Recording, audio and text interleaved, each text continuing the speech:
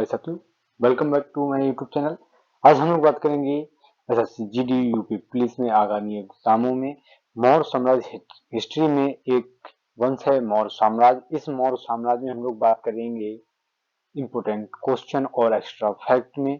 तो इसकी जो पीडीएफ होगी ये हमारी पहली बात तो ये जो हमारी क्लास सीरीज होगी वो चौथी होगी, और इसकी अगर आप लोगों को पीडीएफ चाहिए तो वो आपको टेलीग्राम और व्हाट्सएप ग्रुप पर अवेलेबल हो जाएगी, और उसके लिए आपको ग्रुप में एडेड होना होगा। ठीक है, चलते हैं पहले क्वेश्चन की ओर। पहला क्वेश्चन है कि अशोक ने अपने क्षेत्र में सामाजिक समस्याओं को हल करने के लिए खालिस्तान को नियुक्त किया था। आप लोगों के ऑप्शन है ए में समाहर्ता, बी में न्यायाधीश, या सी में अमात्य, या डी में धम्म महापात्रा। राइट आंसर होगा ऑप्शन डी धम्मपात्रा। धम्मपात्रा को नियुक्त किया गया था। ठीक है, नेक्स्ट क्वेश्चन, किस मौर्य शासक को यूनानियों द्वारा अमित्रघात कहा जाता है? आप लोगों के ऑप्शन समुद्रगुप्त, चंद्रगुप्त प्रथम, बिंदुसार या कनिष्क। राइट आंसर होगा ऑप्शन सी बिंदुसार। बिंदुसार बिंदुसार को मौर्य साम्राज्य का अमित्रघात के नाम से जाना जाता है, यानी कि शत्रुओं का वध करने वाला। चलते हैं नेक्स्ट क्वेश्चन, अशोक ने कलिंग को जीतने के लिए युद्ध लड़ा। कलिंग का खालिस्तान का प्राचीन नाम था। किस जगह पर लड़ा गया था? यानी मद्रास, उड़ीसा, बॉम्बे या बंगाल। तुम्हारा राइट आंसर होगा ऑप्शन बी उड़ीसा। उड़ीसा की बात करें कलिंग युद्ध की, कलिंग युद्ध 261 ईसा पूर्व में लड़ा गया। ये कलिंग तटीय क्षेत्र में लड़ा गया उड़ीसा का प्राचीन नाम है। कलिंग जो है वो उड़ीसा का प्राचीन नाम है। चलते हैं नेक्स्ट क्वेश्चन, निम्नलिखित में से कौन सा शासक मौर्य वंश से संबंधित नहीं था? बिंदुसार, अशोक, चंद्रगुप्त या बिंबिसार। राइट आंसर होगा बिंबिसार। बिंबिसार की बात करें तो ये बिंबिसार हर्यक राजवंश का मुख्य संस्थापक माना जाता है। उसकी राजधानी ग्रीब्रिज या राजगृह थी। चलते हैं नेक्स्ट क्वेश्चन, कि हाइडिस्पीस की लड़ाई में किन दो राजाओं ने लड़ी थी? अब उनके ऑप्शन चंद्रगुप्त और घनानंद, सिकंदर और पोरस, अशोक और महापद्मानंद, या मिहिर कुल और यशोवर्मन। तुम्हारा राइट आंसर होगा ऑप्शन बी सिकंदर और पोरस। सिकंदर और पोरस की बात करें तो ये 326 ईसा पूर्व में लड़ा गया हाइडिस्पीस का युद्ध था। क्वेश्चन नंबर 6, कि सेल्यूकस ने सेल्यूसिड मौर्य युद्ध निम्नलिखित में से किस मौर्य शासक के खिलाफ लड़ाई लड़ी थी? अब लोगों के ऑप्शन है चंद्रगुप्त मौर्य, संपत्ति, अशोक या दशरथ। तुम्हारा राइट आंसर होगा ऑप्शन ए चंद्रगुप्त मौर्य। चंद्रगुप्त मौर्य के खिलाफ यह युद्ध 305 से 303 ईसा पूर्व में लड़ा गया। ठीक, नेक्स्ट क्वेश्चन, अशोक के लघु शिलालेख भारत के विभिन्न भागों में पाए जाते हैं। निम्नलिखित में से कौन कर्नाटक में अशोक के शिलालेखों को खोज स्थल नहीं है? आपके ऑप्शन ब्रह्मगिरी, गविमठो या रूपनाथी या मास्की। तुम्हारा राइट आंसर होगा ऑप्शन सी रूपनाथी। देखते हैं कि अशोक के लघु शिलालेखों में जैसे गंधार अफगानिस्तान का, लंपक अफगानिस्तान का, बहापुर दिल्ली, बैराट राजस्थान, भावरू राजस्थान, ऐसे काफी अनेक वो इनके शिलालेख हैं जिसके विषय में किसी दिन विस्तार में चर्चा करेंगे। तो आगे चलते हैं, मौर्य वंश का अंतिम शासक कौन था?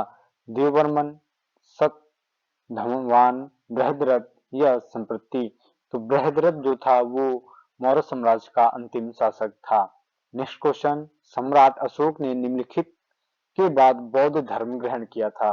कलिंग युद्ध, बक्सर की लड़ाई, हल्दी घाटी की लड़ाई, तराइन की लड़ाई। राइट आंसर होगा ऑप्शन ए कलिंग की युद्ध की लड़ाई के बाद अशोक ने बौद्ध धर्म को ग्रहण किया था। यह युद्ध 261 ईसा पूर्व में लड़ा गया था। कौन? कलिंग युद्ध। नेक्स्ट क्वेश्चन, कि राजा अशोक की बेटी का नाम क्या था जिसे उन्होंने बौद्ध मिशनरी के कर्तव्यों के लिए नियुक्त किया था? तो आपके ऑप्शन है पद्मावती, चारुमती, असंधिमित्रा या संघमित्रा। राइट आंसर होगा ऑप्शन डी संघमित्रा।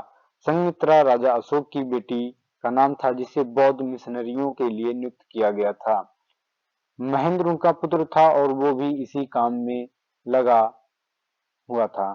ठीक, नेक्स्ट क्वेश्चन, निम्नलिखित में से किसने वर्ष 1877 में अशोक के शिलालेखों को का एक सेट प्रकाशित किया था? डीसी सरकार, एम.एस. वॉक्स, अलेक्जेंडर कनिंघम या कॉलिन मैकेंजी? राइट आंसर होगा ऑप्शन सी, अलेक्जेंडर कनिंघम। तो अलेक्जेंडर कनिंघम ने वर्ष 1877 में अशोक के शिलालेखों का एक सेट प्रकाशित किया था। नेक्स्ट क्वेश्चन, निम्नलिखित में से कौन अशोक के अभिलेखों को समझने वाला पहला विद्वान था?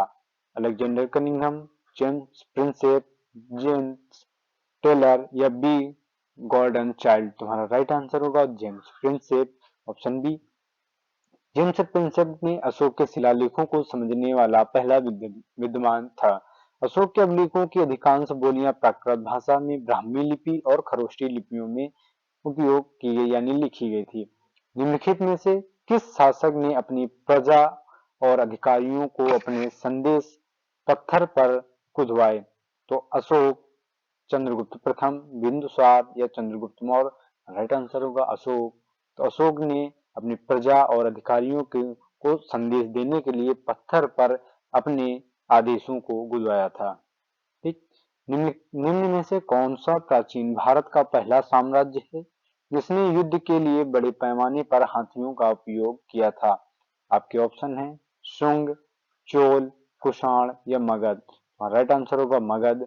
मगध प्राचीन भारत का पहला साम्राज्य था जिसने अपने युद्ध में बड़े पैमाने पर हाथियों का इस्तेमाल किया था। हाइडेस्पीच की लड़ाई में सिकंदर के खिलाफ हाथियों का इस्तेमाल किया गया था। नेक्स्ट क्वेश्चन, भारतीय इतिहास में अति विकार राज्य के रूप में किसे संदर्भित किया जाता है या जाना जाता है? तो दक्षिण भारतीय साम्राज्य, गणतंत्रवादी साम्राज्य, वन साम्राज्य या मुगल साम्राज्य? तुम्हारा राइट आंसर होगा ऑप्शन सी, वन साम्राज्य। वन साम्राज्य की बात करें तो अति विकार राज्य जंगल में रहने वाले आदिवासी लोगों को संदर्भित करता है। इनका प्रारंभिक उल्लेख मौर्य काल में मिलता है। महाजनपदों के युग के दौरान झारखंड राज्य जो था वो मगध और अंग का एक हिस्सा था। ठीक। नेक्स्ट क्वेश्चन, प्राचीन भारत में राजाओं द्वारा अपनी स्थिति स्थापित करने के लिए निम्नलिखित में से किस प्रकार का बलिदान नहीं दिया गया था? वाजपेयी, राजसू, अश्वमेध या मुवंडेवेलन? आपका राइट आंसर होगा ऑप्शन डी, मुवंडेवेलन। मुवंडेवेलन कौल सिंहासन के एक राजा के लिए एक प्रमुख सैन्य अधिकारी था। वाजपेयी एक सोम यज्ञ था। ठीक। नेक्स्ट क्वेश्चन, मौर्य प्रशासन के तहत शीताध्यक्ष के प्रभारी अधिकारी थे। तो शाही हरम, सीमा शुल्क, खाने या कृषि? तुम्हारी राइट आंसर होगा ऑप्शन डी, कृषि। मौर्य शासन काल के दौरान शीताध्यक्ष जो कि कृषि प्रभारी थे। नेक्स्ट क्वेश्चन, अर्थशास्त्र के पुस्तक के लेखक कौन हैं?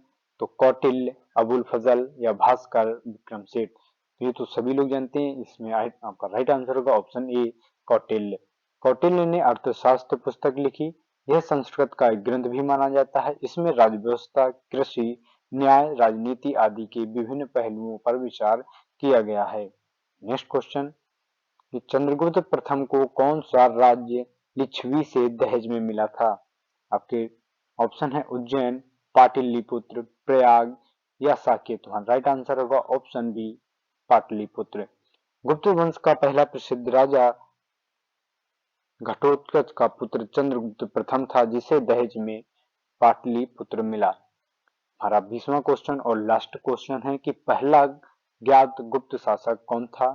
आपके ऑप्शन श्रीगुप्त, चंद्रगुप्त प्रथम, घटोत्कच या कुमारगुप्त प्रथम? राइट आंसर होगा ऑप्शन ए, श्रीगुप्त। श्रीगुप्त की बात करें तो पहला ज्ञात गुप्त शासक श्रीगुप्त था जो कि 240 से 250 ईसा पूर्व तक रहा। यह गुप्त वंश का संस्थापक भी माना जाता है। इसका उत्तराधिकारी घटोत्कच था। घटोत्कच किसका उत्तराधिकारी था? श्रीगुप्त का था। तो गुप्त वंश का प्रथम महान सम्राट शासक चंद्रगुप्त प्रथम था। ये हमारे हो गए यूपी पुलिस और एसएससी जीडी के प्रैक्टिस सीरीज की सीरीज 4। और ये आपको वीडियो अगर अच्छा लगे तो चैनल को सब्सक्राइब करें और शेयर करना ना भूलें।